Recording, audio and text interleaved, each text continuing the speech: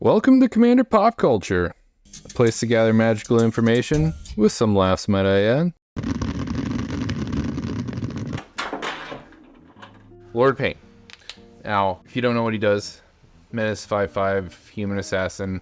Although nothing about this guy conveys a human or an assassin. It's just a bunch of TV screens. Kind of makes me think of Screen Slayer. Denies your opponents the ability to gain life, and whenever a player casts their first spell each turn, choose another target player. This does damage equal to that spell's mana value to the chosen player. There's some drawbacks to this in that it only cares about the first spell. Ideally, you want everybody to be piling on and playing a spell on a single turn and doing it every turn.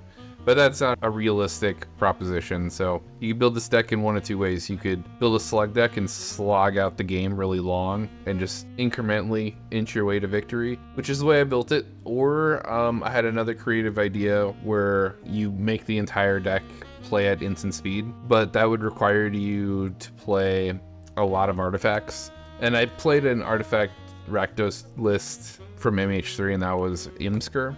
If you want to check out that list, you can. I like playing that a lot, but I didn't want to like carbon copy cards over.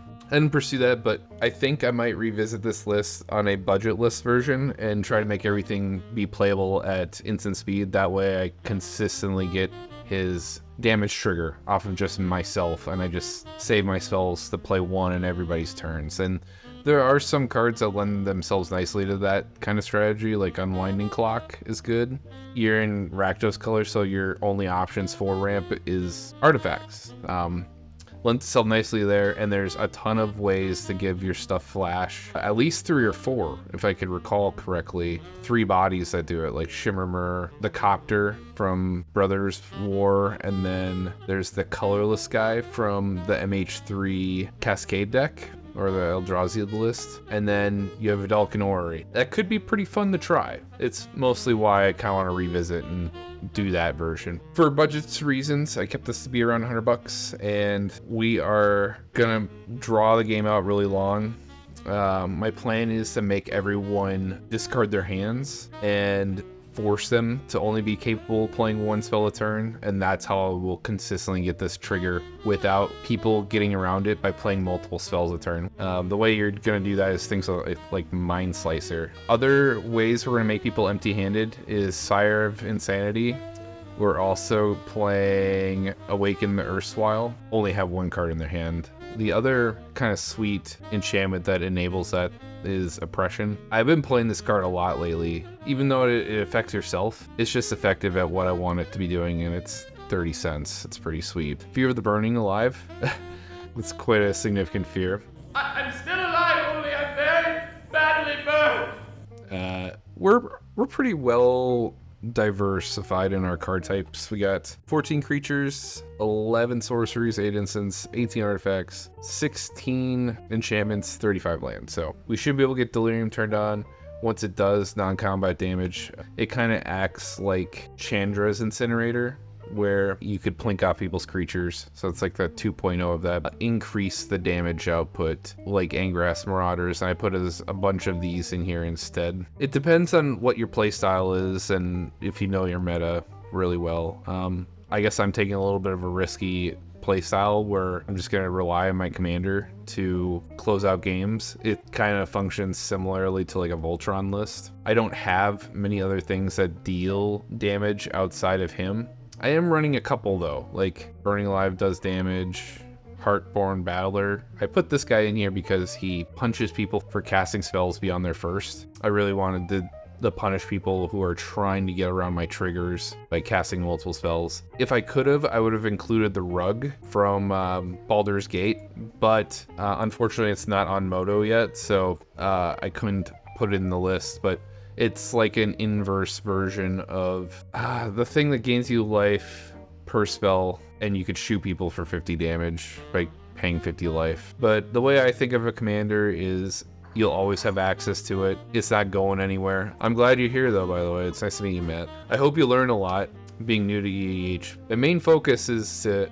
teach a lot of folks like you about interesting commanders and how to build them on a realistic price. have some fun doing it as well. When I go into post-production, I chop up the video so it's nice and like short and convenient for people to watch. I add a lot of fun overlay effects. I call myself pop culture because I'm really big into movies. I'm a big movie buff kind of guy. I like to splice in movie clips as jokes with whatever it is I'm talking about. Care Effect Merciless, so I can punish people trying to cast multiple spells beyond my first or their first. Obosh, we deal double damage. Fiendish Duo doubles her damage. Kroxa is like a recurable discarded thing, only it's one-sided, doesn't affect yourself. And he's a scary body, and I'll be loading up my graveyard.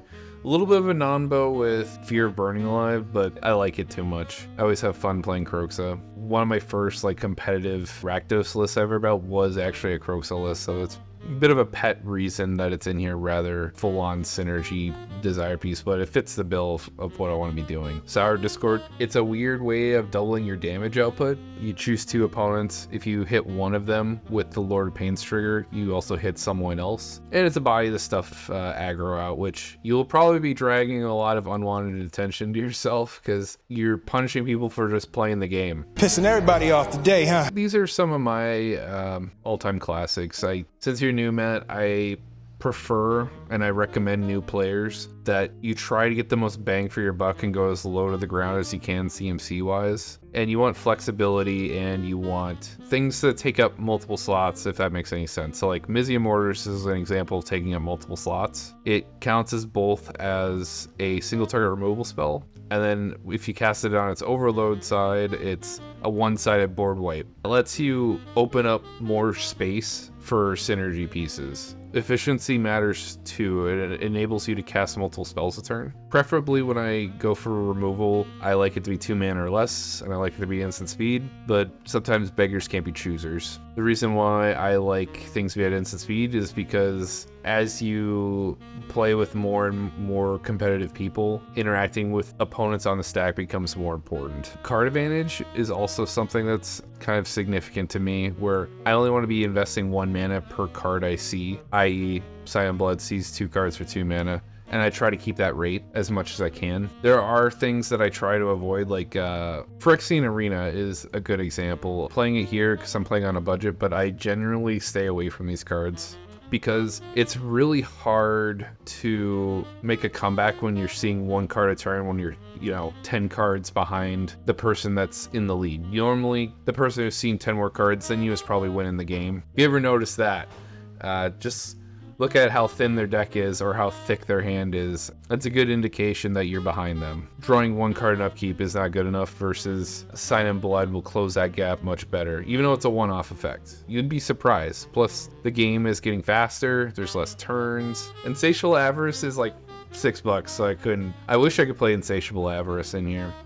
I'm already pushing it a little bit. I'm like $2 over my price range, and I only am spending buku $6 on cards if it's high in synergy, so like Vidalcan Ori and Spike Corridor, which amplifies my damage output. Massive Grizzlebrand is nice because you're pinging people on everyone's turn, hopefully. Lifelink on your commander will be nice for buffering your life total. You don't have a lot of creatures to block, so you'll need that cushion for all the aggro coming your way, but your guy's a 5/5, so you probably stuff out a lot of rinky-dink stuff. Like, I wouldn't commit to attacking with your commander unless the damage you could deal is greater than what you could receive. Lifelink enables that a lot. Lets you play with Reckless Abandon. Should the equipped creature die, you get to draw a bunch of cards, which is pretty sweet. And gives your guy flying, more evasion. Basilisk Color for life gain. Grafted Exoskeleton's a fun card. Cuts the damage you have to deal to people by 3/4 because it only takes 10 poison counters to kill people. I have to do 30 less damage to everybody else. Saves you a significant amount of time. Bigger guns.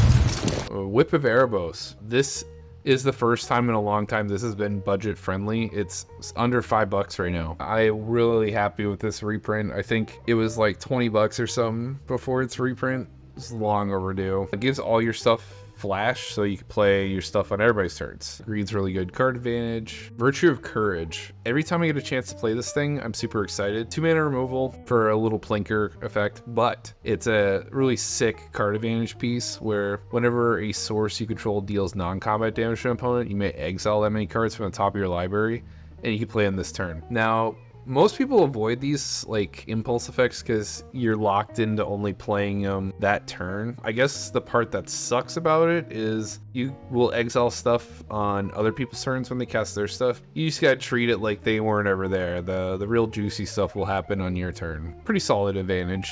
If I Rhesus, give our guy Infect, close out games that way. Pain Magnification. This is another way for us to empty people's hands. Whenever an opponent is dealt 3 or more damage by a single source, you force them to discard a card. Empiric Link, cheap way to throw a lifelink on our guy. Gratuitous Violence to double damage. Roller Crusher Ride. I love the name of this thing. My cousin Ray Ray, boop, dead.